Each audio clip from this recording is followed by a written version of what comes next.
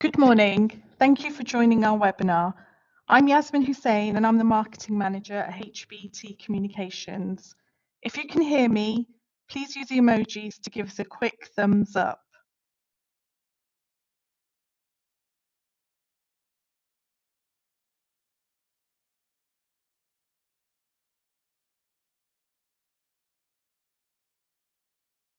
Today we're excited to have Rob Anderson from Barracuda.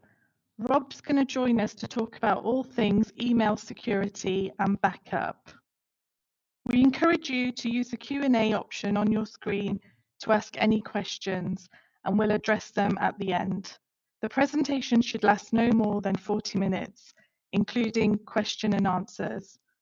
Feel free to express your feelings using the emojis throughout the session. Now, without further ado, I'll hand over to Rob. Thanks, Yasmin, and good morning, everyone. Thank you for giving up the time this morning.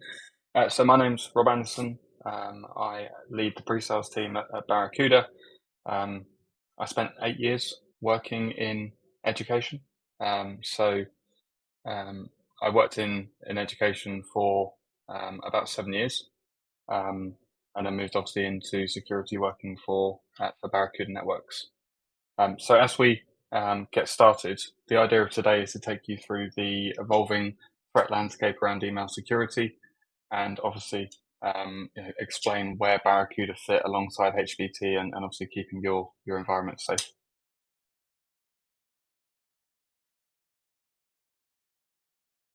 About 3 years ago, Barracuda went through a study into the 13 email threat types. Now, obviously, everyone will be aware of the email threats on the left-hand side of the screen. Things like spam and malware, the things that get talked about a lot, but obviously as the email threats have evolved, so have the attacks that are being used. So, things like impersonation protection, where they'll spoof a display name, make it look like it's from a colleague or from a contact, but actually, the email address behind that is something generic like a Gmail, a Hotmail account, for example. Now, 99.8% of the email attacks we see fit into that first third. The more, I guess, what you would describe as generic email attacks like spam and malware. 0.2% of email attacks actually fit inside the following 2/3. So it's a very small percentage of attacks. But as you actually look at the success criteria, 75% of organizations surveyed have been victim of a successful email attack. And actually, when you look at where those attacks come from, almost 50% of those have come from spear phishing. If you take it back a step, 0.2% of email attacks are phishing attacks, but actually that 0.2% make up 50% of all successful attacks that we're seeing. Again, it highlights the need for additional security, additional technology to combat those attack types that are purpose-built to bypass traditional email security. Now, why are our email attacks continuing to be so successful? Things like social engineering and evolving tactics, they're always trying to stay one step ahead of vendors such as Barracuda. There's a failure in traditional email security to detect those personalized threats. So again, people building attacks in a way that the gateway security can't identify them. There's no malicious links, there's no malicious attachments, it comes from a valid domain. It may even be plain text and actually technically could be seen as a legitimate email, but obviously it's that phishing element, it's that purpose-built attack that really makes that so successful. The other side of that is cost of entry. So the cost of entry for attackers to use email is minimal. I mean, actually, with the evolution of AI, they don't need to write those attacks anymore. They don't need to go and learn the systems they need to use to carry out those attacks. They can ask AI to do it for them. And we've seen use cases of this as recently as last week, where again they asked a modified version of ChatGPT to build it a phishing attack that looked like Microsoft. AI goes away, it captures the information, it provides the images, the layout, the language.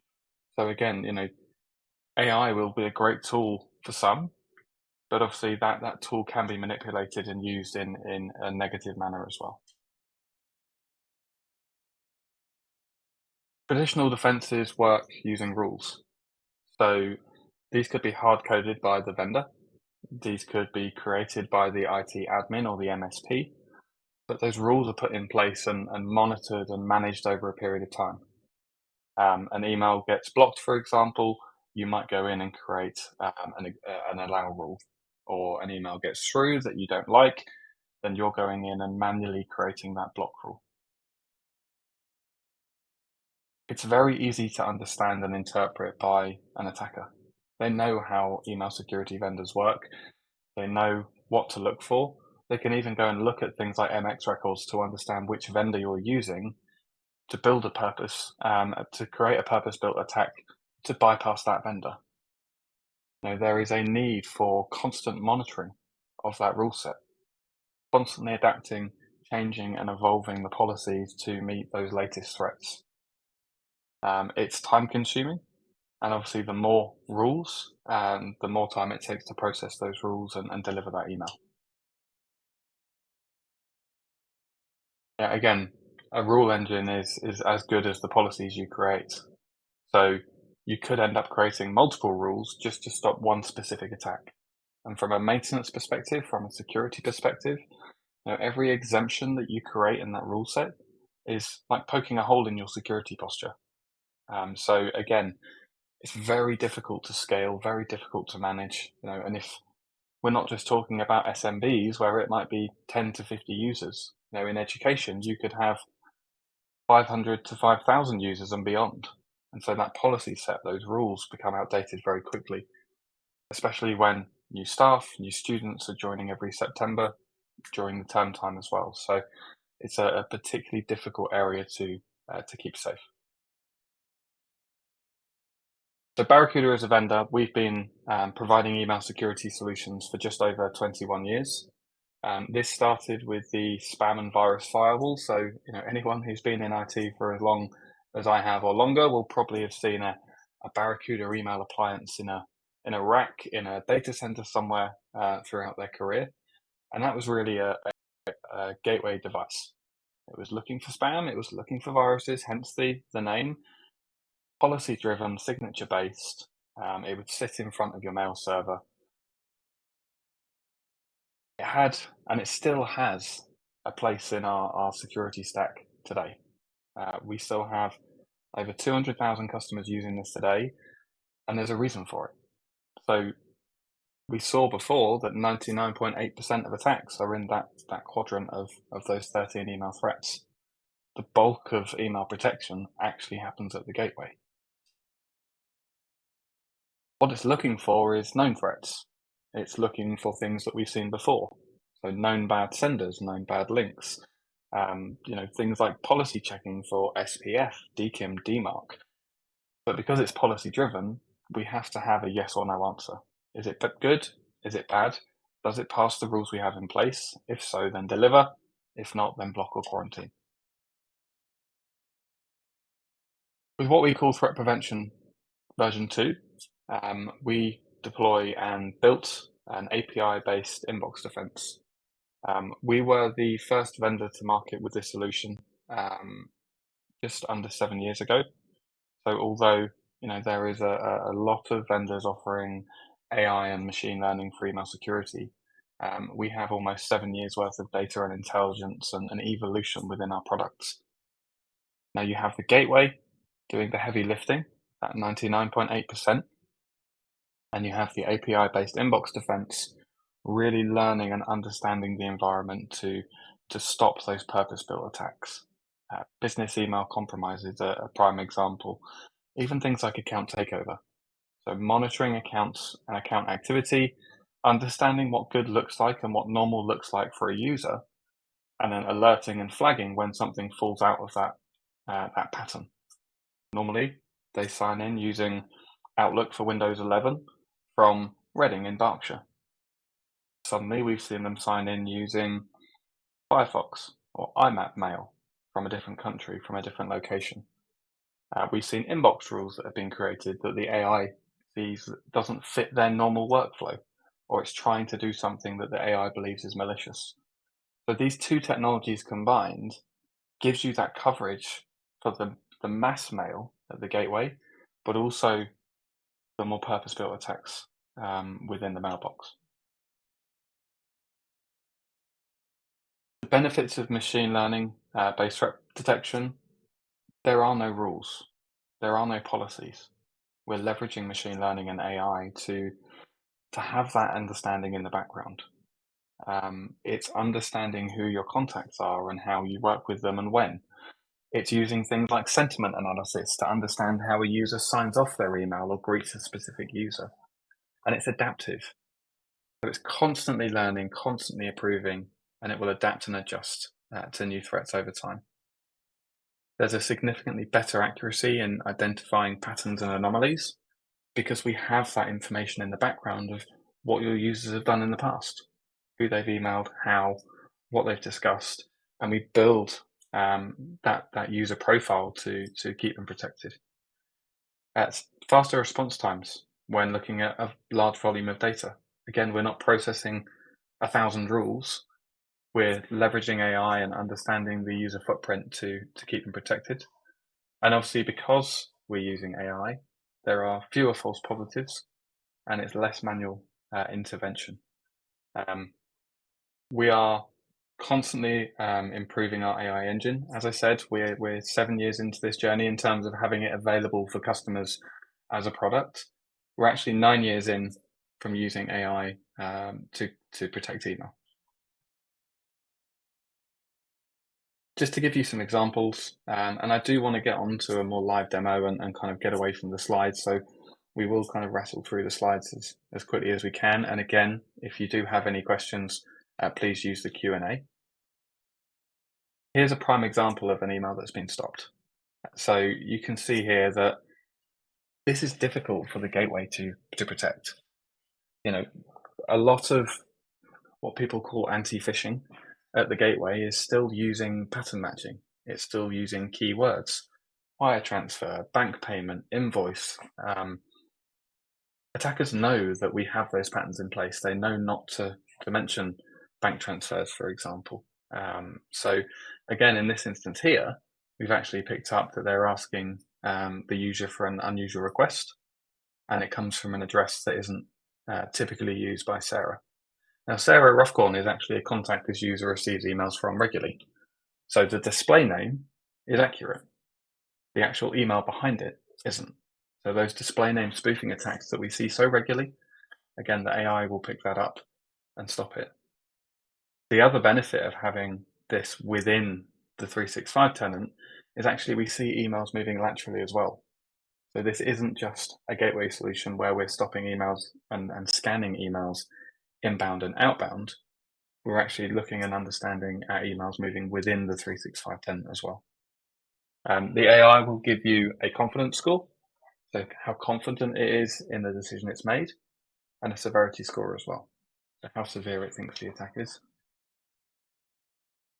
And then just to highlight from an evolution perspective, Barracuda are constantly enhancing our security to stay ahead of the latest threats. So QR code attacks are on the rise. They have been specifically over the last 6 months, but I would say 12 months really.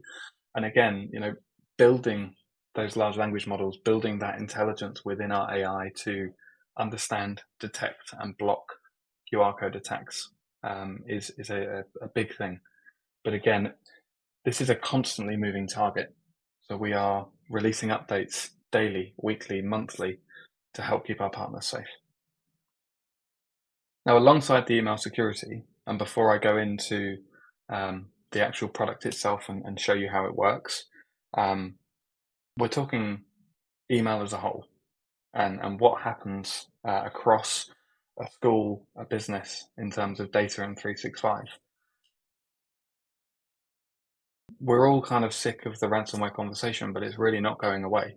And we're seeing more and more 365 tenants and accounts being compromised not just from malicious actors sending email links and gaining access to tenants, but also from file uploads into OneDrive, people working from home, borrowing a laptop from a family member to work when theirs has run out of battery and they can't find their charger. There are so many risks to 365 and to organizations, and ransomware is a big part of that. I think this is a really interesting kind of stat from one of our insight reports. So we run these quarterly. 63% of ransomware victims in 2023 were hit more than once, and only 51% of them could recover from their backups. And we still have that conversation with partners and prospects today about what are you using to protect your 365 data? What are you using, and how would you recover if your tenant was hit, if there was a malicious actor, if accidental deletion happened? And there's that assumption that Microsoft are there in the background protecting that data for you. I'm going to skip through this slide just so we can get through to the kind of product section, but I would hazard a guess that 95% of organizations are using 365. We see maybe even more than that in the UK. Attackers know this. They know that 99 out of 100 or 95 out of 100 businesses are going to be using this. So it's worth them investing the time and understanding how to bypass 365 security, like MFA, for example, because it scales, because so many organizations are using it. We look at data at risk, and it's not always malicious. It could be accidental deletion. A retention policy has been changed. They mistakenly delete emails, for example. Intentional deletion, so things being removed on purpose that maybe shouldn't have been deleted. Having that auditability, what's going in, what's going out, what's been protected and changed. Obviously, we've discussed ransomware already, but this isn't going anywhere. It's not going to change. We need to be able to adapt and evolve. And again, things like SharePoint, more and more organizations using Teams and SharePoint to collaborate and communicate internally. It's a great tool. It's the backbone of a lot of organizations in terms of how they communicate with their team internally and also their customers. The more people that use it, the more opportunity for risk there becomes. A huge amount of organizations rely entirely on the inbuilt capabilities of Microsoft, and Microsoft do a fantastic job. They are a constantly evolving organization. They're always adapting to meet customer requirements, but they can't do everything. And again, from a data recovery perspective, there is that underlying feeling that, well, Microsoft are doing it for me. It's part of my license. Well, actually, the native management within 365 is complicated. And if a phishing email gets through, an account gets compromised, and a malicious actor has access to your tenant, how long is it before you realize? How long is it before you understand that there's someone in there, that they're doing something that maybe you haven't seen? Now, we have an XDR platform, managed SOC, and actually, when we go and do security audits and when we discuss this with customers, the average time an attacker is inside an account before they're identified is 197 days. 197 days where they can be collecting data, understanding your organization before they carry out a much wider spread attack. And again, you look at the default retention for things like email, 30 days after a soft delete, 14 days after the deleted items, the recycle bin's been emptied. With our 365 backup product called Cloud to Cloud Backup, again, we're looking to protect the key functionality within Microsoft. So Exchange, Teams, OneDrive, SharePoint, SharePoint and OneNote as well. And we are about to launch Entra ID support as well. So again, protecting the kind of core fundamentals of your 365 tenant is critical for us. And we take education very seriously. We work very closely with our education partners through MSPs. We work very closely with charity organizations as well, and we understand the budget restraints that people have. We protect student accounts for free. So we will back up all of the data for student accounts with an unlimited retention so you can meet your compliance and regulatory requirements for free. It's really important. And obviously the faculty staff will be licensed, but we work with you to apply educational discount. Obviously, with it being a cloud service, there is no hardware. There's no software for you to run on site. It's all managed by Barracuda and our SaaS service. And we actually built this product in collaboration with Microsoft. So we've been doing data protection for 365 for almost a decade. And we launched the latest version of our platform in 2021. And we worked alongside Microsoft to better understand their environment and how we can protect data faster. And obviously, more importantly, actually restore that data quickly as well. I'm not going to read through this in full, but again, you can see, latest versions. A few standouts for me is obviously the full site recovery for SharePoint. We're not just protecting the document library, we are doing lists, the metadata, the permissions, the entitlements, everything's being protected. We are about to launch Entra ID support. That will be live, I believe, in the next 4 weeks at no extra cost. We're adding more data sources. Entra ID will be included. All of our existing partners will get access to that as part of their existing license. And we're a global company. So there are regions throughout the world. Obviously, we have locations in London. And we're keeping multiple versions. This is immutable, it's air gapped. So again, from that compliance perspective, we tick those boxes.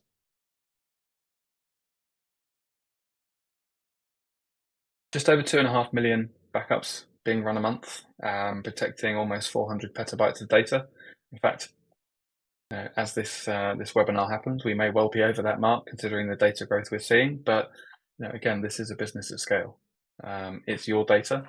We are a tool for you to use to protect that data and be able to restore. And this is a really busy slide. So, I'm not going to stay on here for long. But again, it's all about that central management, whether it be cloud data, whether it be on-premise, and giving you a tool set to quickly and easily restore, whether it be an individual file, whether it be an entire SharePoint site. That's critical for us. Before I go into the products, just want to check if there is any questions.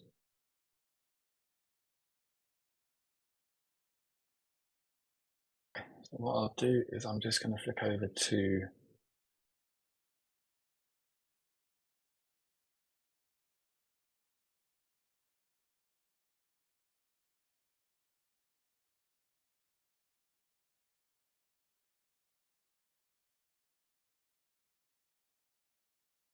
just load into the demo environment.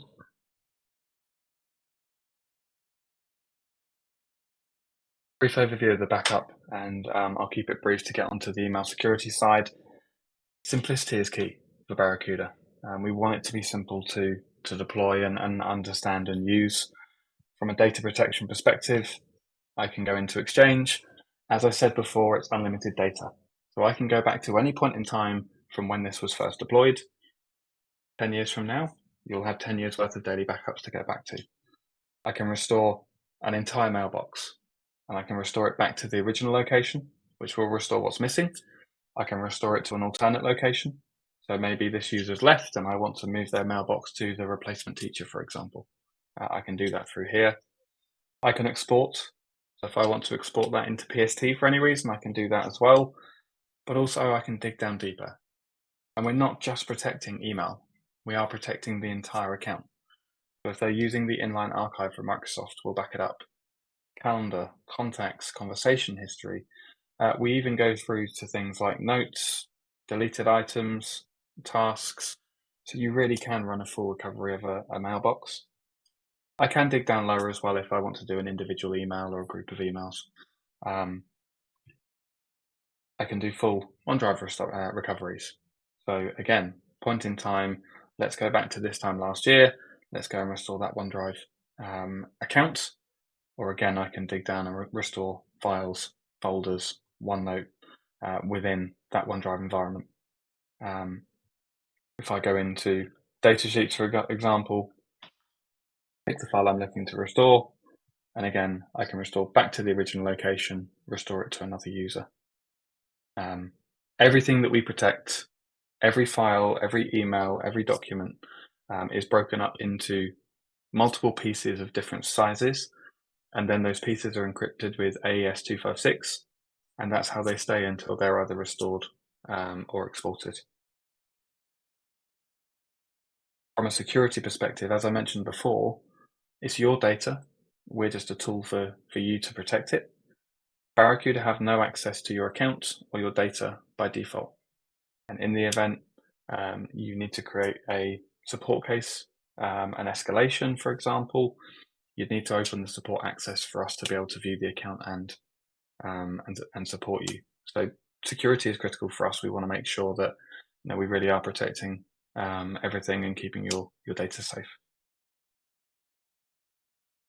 Now, from the email security perspective, I showed you a screenshot of impersonation protection, but actually from the management side, again, this is deployed at the mailbox level.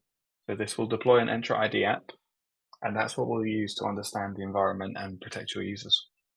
You can see the amount of threats we've stopped, the amount of emails we have scanned in the last 30 days, and our false positive rate. And nobody's perfect. We want to make sure that you're aware of if we have made a mistake, if the AI has got something wrong, we'll understand it, the AI will improve, and obviously we'll show you that false positive rate here, less than 1%. And again, easy to understand from a management perspective. I can go in, I can see the attack, I can see who was targeted, I can go in and view the email, and I can understand why it's been flagged. And this will give you a breakdown as to exactly what's caused that that email to be stopped. So here's a good example. Conversation hijacking is one of the biggest threats we see on a daily basis. And this could be outside of their organization. It could be that you have the best security in place possible, and one of your partners, one of the other schools, one of a company that you collaborate with have been compromised, and they're in their account, not yours. And you could be working on a project, working on an order, something going on, and they're monitoring. They're waiting for that time, the correct time to attack. They'll go out. Julia is a person you've had an ongoing conversation with. This is part of that existing conversation. They've taken that email content. They've bought a very similar domain to carry out that attack. And even if you are checking the sender, you click the display name on your phone or on your email to look at where that email's come from, that additional S at the end of the domain, that is a very difficult thing to spot. Again, with AI and machine learning, the system knows that, yes, we do speak to Julia on a regular basis. This is not the domain that they normally send from. And it could be part of a conversation hijacking attack.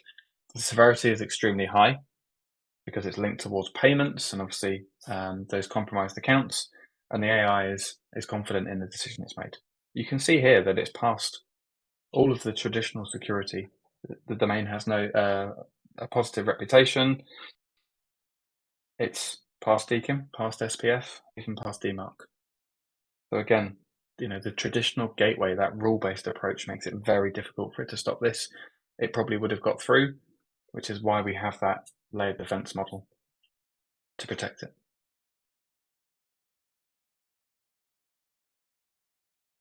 Now, alongside the phishing protection, you also have access to account takeover. So this is part of the service.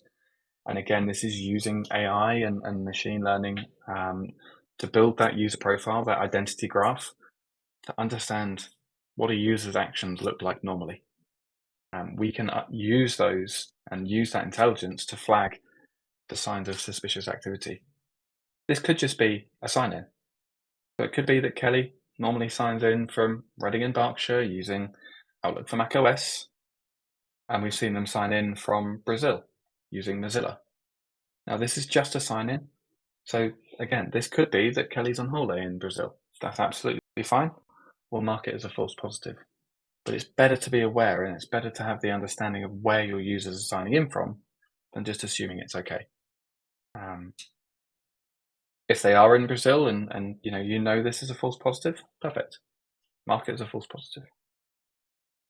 If we look at something slightly more concerning, again, not only have they signed in from an unusual location, they may have created an inbox rule, and actually an email's gone out that the system deems to be suspicious. What would normally happen in this scenario is there'd be a manual intervention.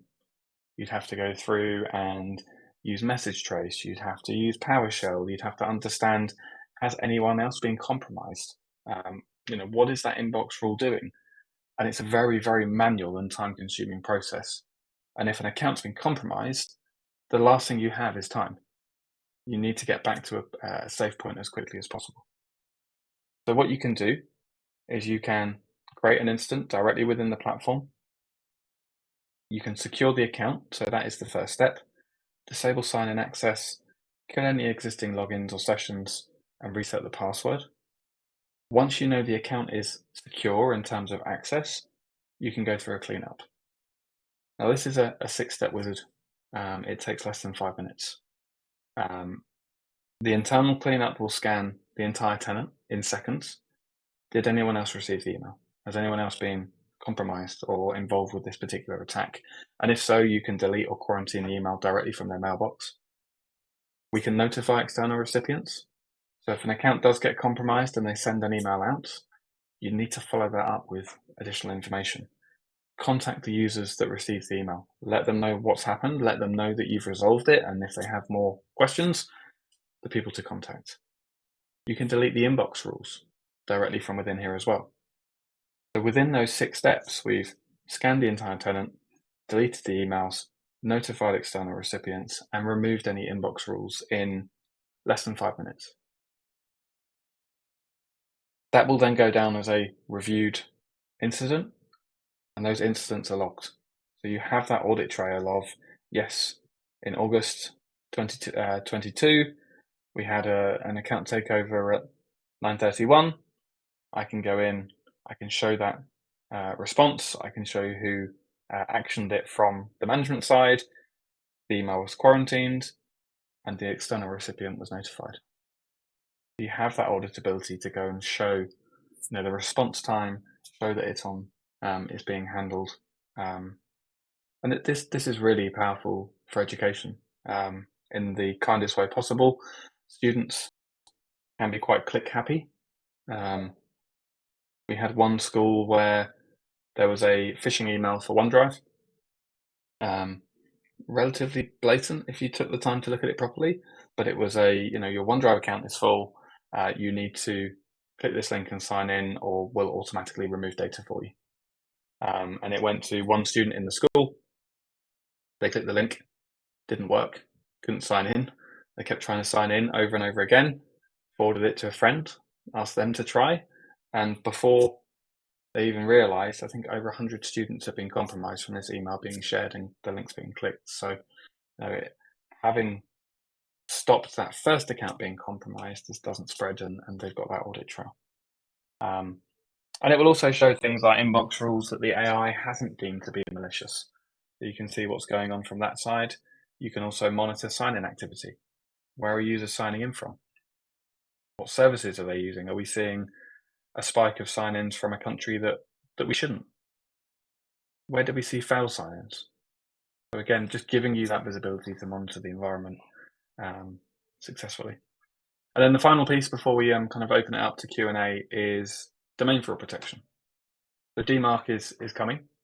There are organizations that have been using it for a long time. There are organizations that don't know what it is and don't use it yet. But with Yahoo and Google enforcing DMARC, it's the right step from a security perspective, but people will need to understand it and people will need to get it deployed as quickly as possible. Our domain fraud protection gives you a tool set to go through that process. It won't do it for you. It will help.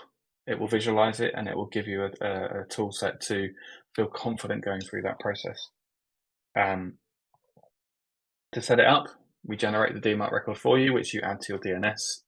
That then sends your DMARC reports to Barracuda. And as I said, we visualize those with the UI and make it easier for you to understand. So there will be a list of senders that you need to go through. Are you expecting this particular service or domain to be sending on behalf of your domain? If yes, mark it as approved. If no, mark it as not approved. Anything that goes into the approved tab opens up for more detail. So I can see straight away that we're sending a large amount of emails using SendGrid, and it's failing. Now I could go in and investigate and understand why it's failing if it's a service that we're using and I have to get this set up. But I can actually see straight away from my DNS configuration, there is no SendGrid SPF. There's no DKIM configured. Well, I know that DMARC's going to fail because the two core functions of it aren't set up. Like I said, this isn't going to implement DMARC for you, but it's going to give you the visibility you need to go through that process quickly and feel confident that actually at the end I can go in and I can change my DMARC record from monitor to reject. I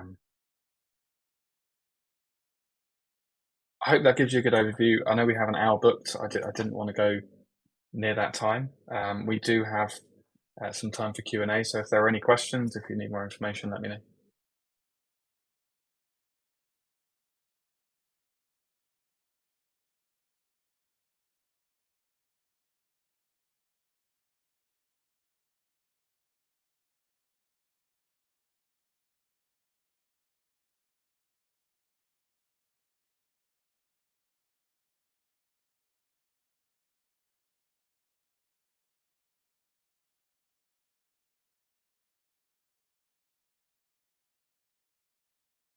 Thank you for that, Rob. Just in terms of next steps, I know there was some kind of report we can do for customers that we can run on their systems. Yes, so there is an email threat scan report. Yeah, something we'd highly recommend.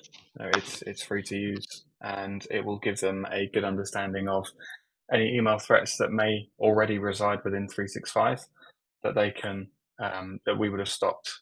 So what happens is we use the same AI and machine learning engine that we do within impersonation protection, and we actually go back and look at the last 12 months worth of email, build those identity graphs, and then we'll actually show any threats live within 365, the employees that are being targeted, the types of threats that we're seeing, and a bit more detail as well. So you can really dig down and see that they're targeting the VP.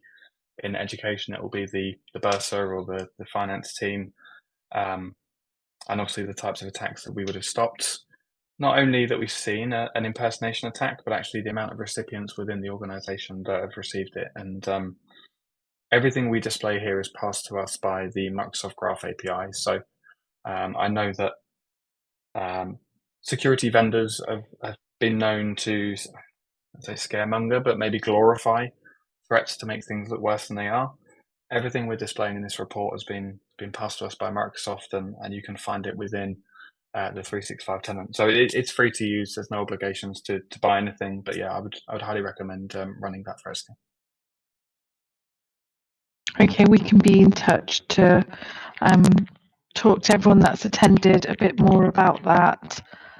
I don't think we have any questions. I mean, if there are any questions you want answered or any queries, please do get in touch with us. I think that's it. Thank you very much for your time, Rob. That was really interesting. I learned quite a lot. No problem. Thanks for having me. Okay. Thank you, everybody.